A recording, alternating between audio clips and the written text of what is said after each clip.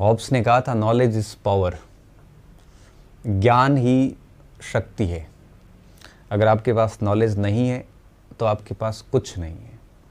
हम स्कूल या कॉलेज में भी जाते हैं ना, तो बच्चे रेस्पेक्ट करते हैं ना, बच्चों में जो एक रेस्पेक्ट होता है जो हमें एक डर के रूप में नज़र आता है। जैसे बच्चा आपकी लोक लाज रखता है और बच्चा कभी भी आपके सामने नहीं बोलता, क्योंकि उनको रेस्पेक्ट का एक होता है अंदर से, वो भी नॉलेज से आता है। अगर आपने देखा होगा कि आपको जितने भी टीचर पढ़ाते थे, टीचर्स के पास में जिस टीचर के पास में सबसे ज़्यादा नॉलेज होता था और बहुत अच्छा पढ़ाते थे, वो टीचर, उन टीचर से आज भी आप डरते हो। रीज़न साफ होता है कि नॉलेज हमेशा पावरफुल होता है। अगर आप गांव जाओगे या फिर घर जाओगे तो डेफिनेटली आप लोगों से कई सारे साथी पूछेंगे, घर वाले भी पूछेंगे, नौकरी का पूछेंगे सबसे पहले तो, कि नौकरी कब लग रही है, एट्सेट्रा। बहुत सारे प्रश्न पूछे जाते हैं जिनको लेके हम अक्सर असहज हो जाते हैं। मुझे बच्चे पूछते हैं कि सर ऐसा कोई हमें प्रताड़ित करें, मैं मेंटली प्रताड़ित करें, या हमें कंटिन्यू कोई पूछे नौकरी वगैरह का, तो हम जवाब क्या दें। तब मैं कई बार यही कहते हैं कि आप जवाब दो ही मत। कोई ऐसा प्रश्न अगर करता है ना कि आपका कब सेवा में कब आ रहे हो वगैरह वगैरह, तो सीधा यही कहो, शांति से निकल जाओ, तो बस पढ़ रहे हैं, जब भी होगा देख लेंगे, नहीं होगा तो धंधा करेंगे और क्या। बस इन चीज़ों को रिएक्ट मत करो आप रिएक्ट किताबों में करिए। अगर आप सभी व्यक्तियों को शब्दों से जवाब देने का प्रयास करोगे तो आप जीवन भर किसी को भी जवाब नहीं दे पाओ। कितनों को जवाब दोगे? यहाँ करोड़ों की आबादी है, इसलिए कभी भी किसी को जवाब मत दो। जवाब परिणाम से दो। दिमाग में बात मिठा लो एक, जवाब हमेशा परिणाम से देना है, बोल के नहीं देना है। सब जवाब का सबसे कमज़ोर रूप होता है बोल के जवाब देना।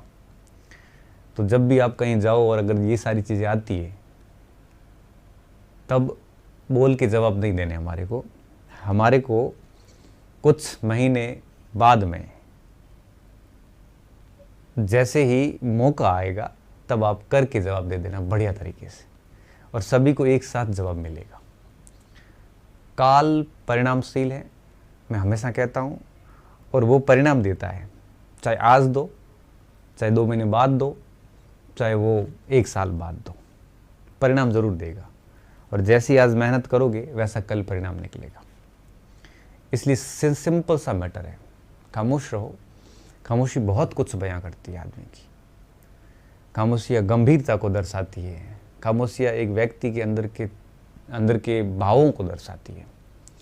इसलिए हमेशा शांत रहिए और शांति से पढ़ाई कीजिए। कंटिन्यू अभ्यास बहुत ज़रूरी होता है, साथ में अभ्यास कीजिए, क्योंकि अभ्यास के अभाव में डोडो जैसा आक्रामक पक्षी अपनी आक्रामकता खो देता है और वो विलुप्त हो जाता है। मॉरिशस में डोडो पक्षी पाया जाता था, एक बहुत आक्रामक हुआ करता था, किसी की हिम्मत नहीं होती थी उससे लड़ने की। लेकिन धीरे धीरे क्या हुआ कि उसके आसपास कोई शत्रु नहीं था, और जब शत्रु नहीं था तो डोडो को किसी से लड़ना ही नहीं पड़ा। अब जब डोडो को लड़ना नहीं पड़ा तो डोडो के लड़ने का, आक्रामकता का अभ्यास खत्म हो गया। और डोडो के जब आक्रामकता का अभ्यास खत्म हुआ तो धीरे धीरे 1-2 पीढ़ी बाद में डोडो लड़ना ही भूल गया, अपनी आक्रामकता ही भूल गया। और जब वो अपनी आक्रामकता भूल गया तो उसके बाद में धीरे धीरे उसका शिकार होना शुरू हुआ। और शिकार इस कदर हुआ कि डोडो एक के बाद एक खत्म होने शुरू हो गए और डोडो विलुप्त हो गया। ये बहुत बड़ी बात है, ये बहुत बड़ी सीख है हमारे लिए।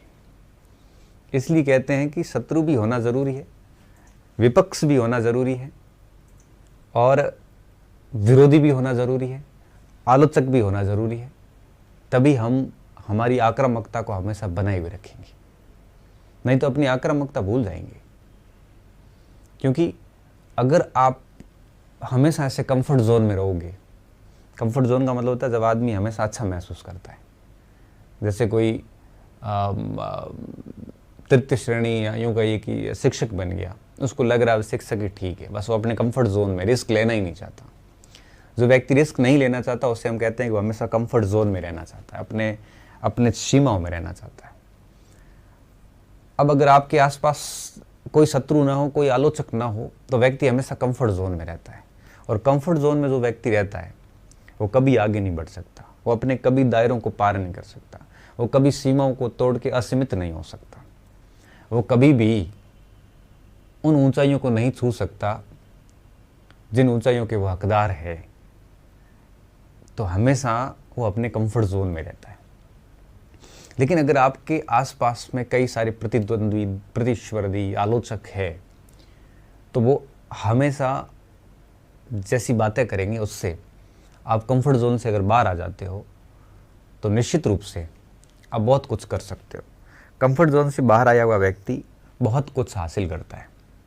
मैं हमेशा कहता हूँ स्टूडेंट को कि अपनी आक्रामकता भूलना मत, और हमेशा अभ्यास कंटिन्यू करते रहना। अभ्यास करोगे तभी आक्रामकता रहेगी। और अपने आसपास अपने जितने भी विरोधी वर्ग हैं उनका सम्मान करते रहो। वही है जो आपको अपनी क्षमताओं से परिचित करवाते हैं, वही है जो आपको अपनी कमियों से परिचित करवाते हैं, वही है जिनके कारण आप कई बार मोटिवेट भी होते हैं। इसलिए बढ़िया तरीके से काम कीजिए, हमेशा पॉजिटिव रहिए, क्योंकि अगर आप अपना रोने जैसा चेहरा बना के किसी से मिलोगे ना, तो आपको कोई व्यक्ति पसंद नहीं करेगा।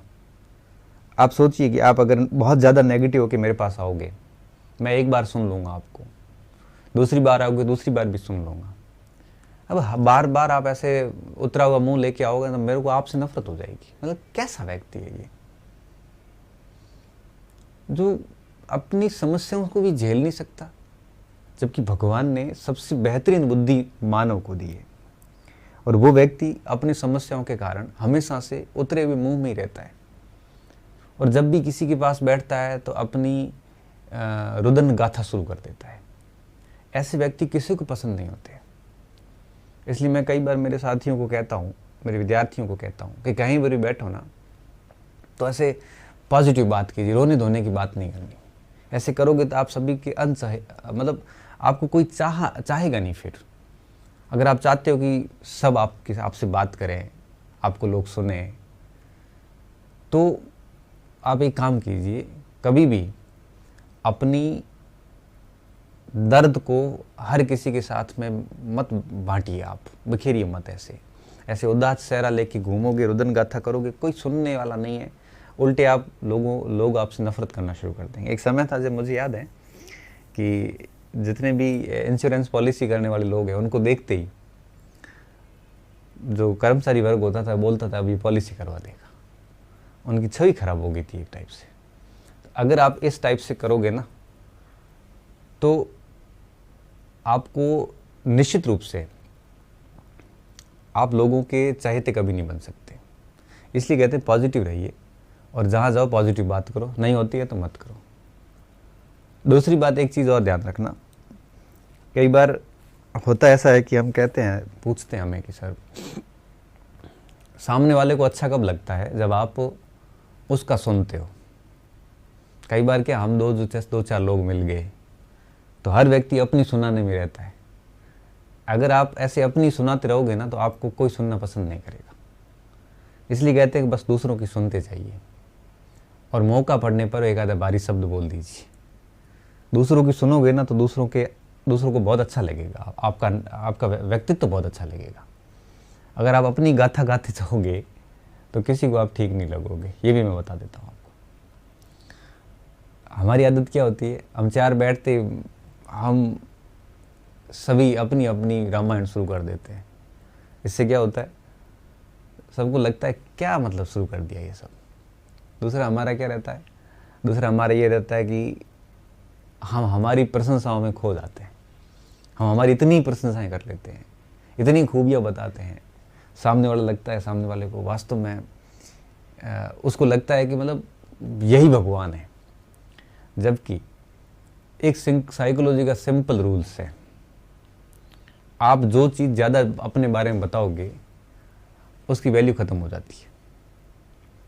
अगर आप अपनी कमियां बताओगे दुनिया को, अगर आप अपनी बुराई दुनिया को बताओगे, तो फिर वो बुराई नहीं रहेगी ना वो कमी रहेगी। क्यों? क्योंकि दुनिया आपके बारे में जानती है। अगर आप अपनी अच्छाइयाँ दुनिया को बताओगे तो वो अच्छाई भी नहीं रहेगी। क्यों? क्योंकि फिर बोल बोल के आपने उसकी महत्व ख़त्म कर दिया। इसलिए कहते हैं कि आप लोग जब भी कहीं बैठते हो ना, ये पढ़ाई से रिलेटेड बात नहीं है, अपनी कमी बताइए ऐसे कि यार मेरे में बहुत बड़ी कमी है, मेरे में ये कमी है, यहाँ पे मुझे इसमें बहुत सुधार करने की गुंजाइश है। तो क्या हो ना, सामने वालों को आप अंदर से बहुत हल्का फील करोगे। जितनी चीज़ को हम दबाएंगे, अपनी कमी को हम दबाते हैं, जितना दबाएंगे ना वो अंदर ही आपके अंदर ही जहर बनाएगी और लोग आप हंसी के पात्र और बनोगे। तो कुछ छोटी छोटी चीज़ें होती हैं जो हमें दूसरों से अलग करती है, वो जीवन में बहुत ज़रूरी चीज़ें। कम बोलना, साथ साथ में कमियों को बताना, ऐसे लोगों को बताना जो आपको लगता है कि हमारे हैं, सबके सामने नहीं, और दूसरों को बोलने का मौका देना। व्यक्ति हमेशा खुद के बारे में सुनना चाहता है, तो जब किसी के पास बैठते हो तो उसका सुना दो। व्यक्ति उसको आपसे कोई इंटरेस्ट नहीं है। जैसे मान लो आप 2-3 लोग बैठे हैं, तो मैं मेरा ही सुनाऊंगा ना तो आपको ठीक नहीं लगेगा। मैं अगर आपको सुनाऊंगा, आपकी बात ही आपको सुनाऊंगा तो आपको ज़्यादा ठीक लगेगा। एक बच्चा कह रहा सर कमियां किसी को बतानी नहीं चाहिए। कमियां नहीं बताओगे ना तो भी दुनिया को वैसे ही पता चल जाएगी। कमी है वो छुपती नहीं है बेटा। आपकी कोई भी कमी आप अपने इसलिए छुपा सकते हो, लेकिन दुनिया को पता है आप में क्या कमियां हैं। इसलिए कहते हैं कि कमियां बताना ज़रूरी होता है। नहीं बताओगे तो दुनिया वैसे ही वाकिफ़ हो जाएगी। किसी कॉन्फिडेंस की कमी होती है, कोई व्यक्ति की आदतें गलत होती है, तो सुधारिए। कमी बताओगे तभी आप उसमें सुधार कर पाओगे। कमी नहीं बताओगे ना तो अंदर से वो आपके फोड़ा बन जाएगी और वो कभी आपको आगे नहीं बढ़ने देगी। मैं सही बता रहा हूँ, मेरा एक पर्सनल एक्सपीरियंस है। कमियां बताना घातक बिल्कुल नहीं होता, क्योंकि कमी बताने के बाद में व्यक्ति उसके ऊपर काम करना शुरू कर देता है, उसमें सुधार करना शुरू कर देता है, और कुछ समय बाद वो कमी रहती नहीं है। लेकिन जब तक उसको बताओगे नहीं ना, तब तक वो कमी रहेगी, कभी सुधर भी नहीं सकती।